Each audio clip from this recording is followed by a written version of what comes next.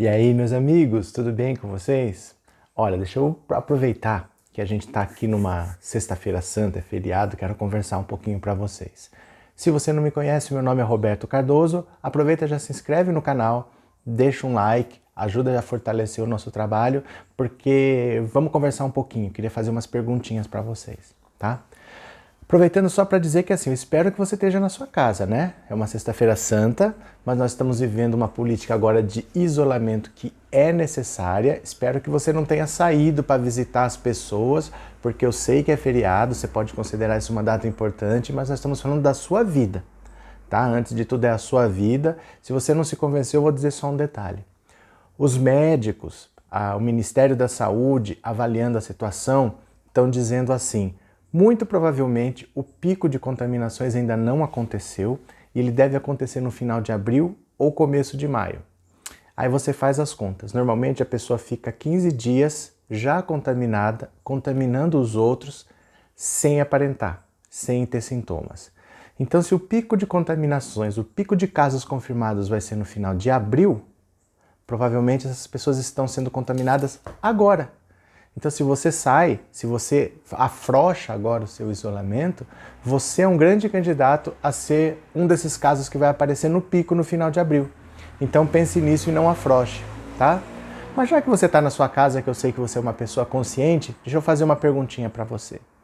Não é interessante quando a gente tem esses momentos que a gente tem que ficar mais fechado, a gente se força a pensar um pouquinho mais, né? A refletir um pouquinho mais sobre o nosso dia a dia. E essa situação que a gente tá jogando assim na nossa cara algumas verdades, né? Não só a brutal desigualdade que existe nesse país.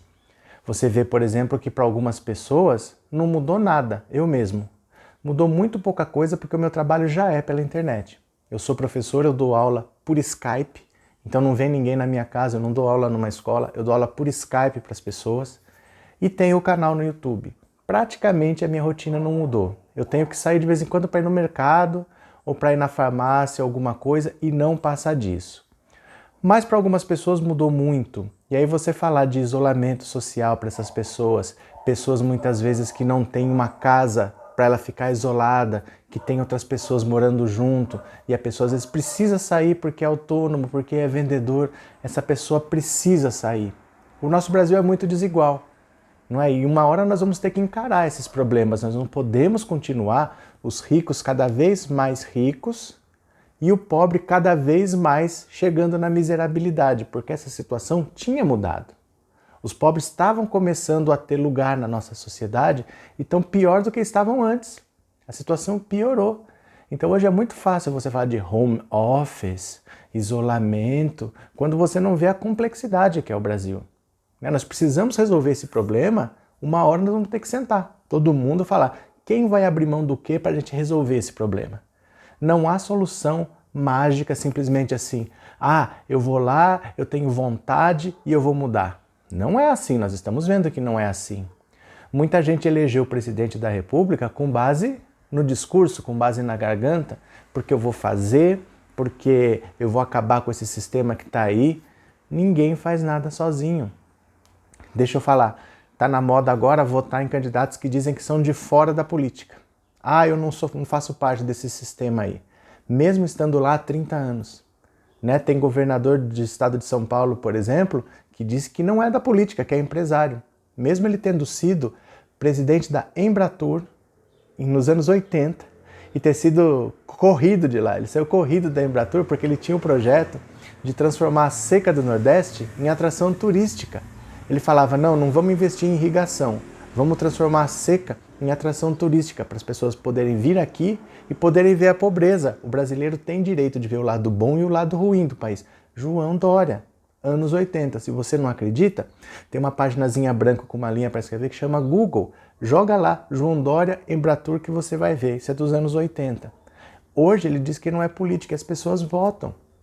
É muito perigoso quando as pessoas desacreditam da política, porque a política é a nossa única saída. Imagina, por exemplo, esse discurso de que eu vou fazer.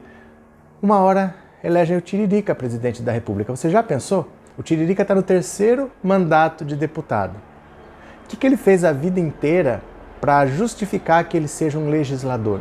para fazer leis. Né? O que justifica isso? Ele era um palhaço, cantava Florentina, está no 3º mandato como deputado federal. Ah, mas ele é honesto. Não é suficiente. Não é suficiente ser honesto. Aqui me choca às vezes as pessoas falarem que eu tenho que ser candidato a alguma coisa. Quer dizer, a pessoa me conhece por um canal de YouTube. Não sabe se eu tenho alguma atuação política ou não, não sabe se eu tenho alguma atuação social ou não e quer votar em mim. Gente, eu sou a mesma coisa. Não basta ter um discurso. Porque o que eu venho aqui fazer para vocês é, eu pego uma notícia que está lá, em algum lugar. Eu sou professor, eu não sou jornalista.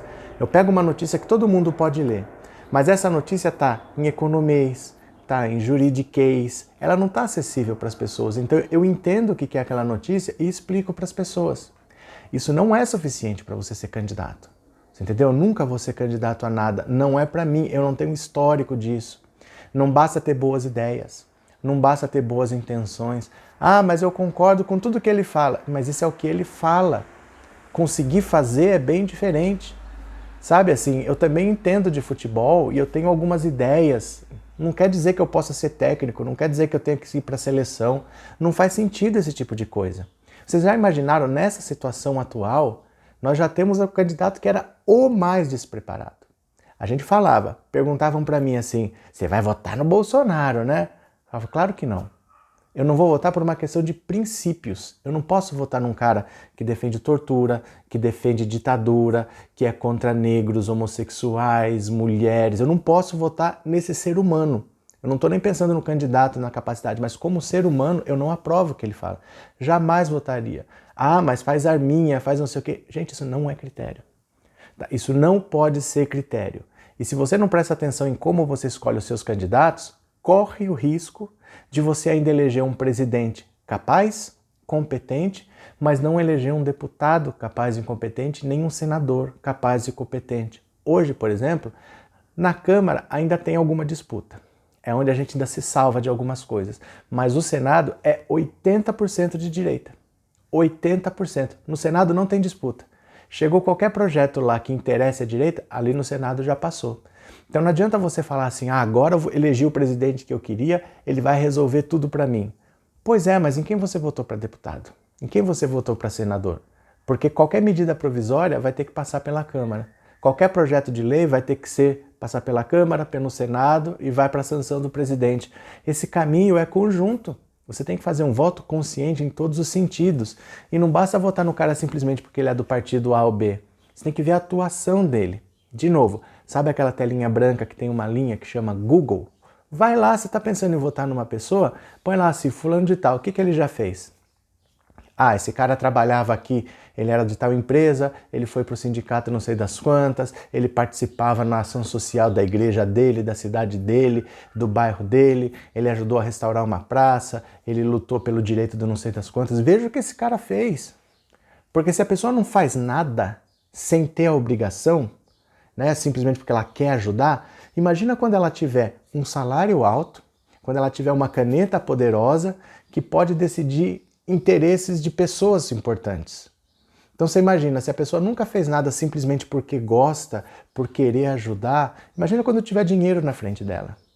Não é não? Então é muito complicado isso. Eu espero que vocês estejam aproveitando essa quarentena, esse isolamento, que vocês não tenham saído de casa, mas que vocês reflitam. Tá? Me choca muito quando eu vejo pessoas aqui que vêm falar que se eu fosse candidato votariam em mim, porque o que me qualifica para isso? Falar não é suficiente. Tá? O que eu faço é explicar uma situação para que você entenda e para te ajudar a decidir, a tomar as suas próprias decisões.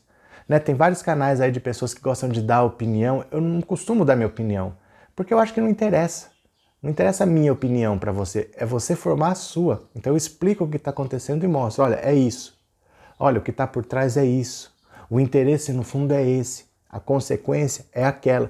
O meu trabalho, isso não me qualifica para ser vereador, prefeito, governador, deputado, para nada. E vai ter candidato youtuber no final do ano. E as pessoas vão votar. Do mesmo jeito que votaram num deputado que não tinha preparo nenhum. Nunca tinha feito nada, nem pelo estado dele, nem pela cidade dele, deram o país para ele tomar conta. E aí a gente entra numa situação de saúde grave que é internacional, que você depende de articulação com outros países, empresas, usar leis para obrigar empresas a produzir o que você precisa porque é uma questão de saúde pública. E quem é o nosso presidente? É um cara que fazia rachadinha desde que apareceu. Você entendeu? O cara todo enrolado com os amigos extremamente complicados.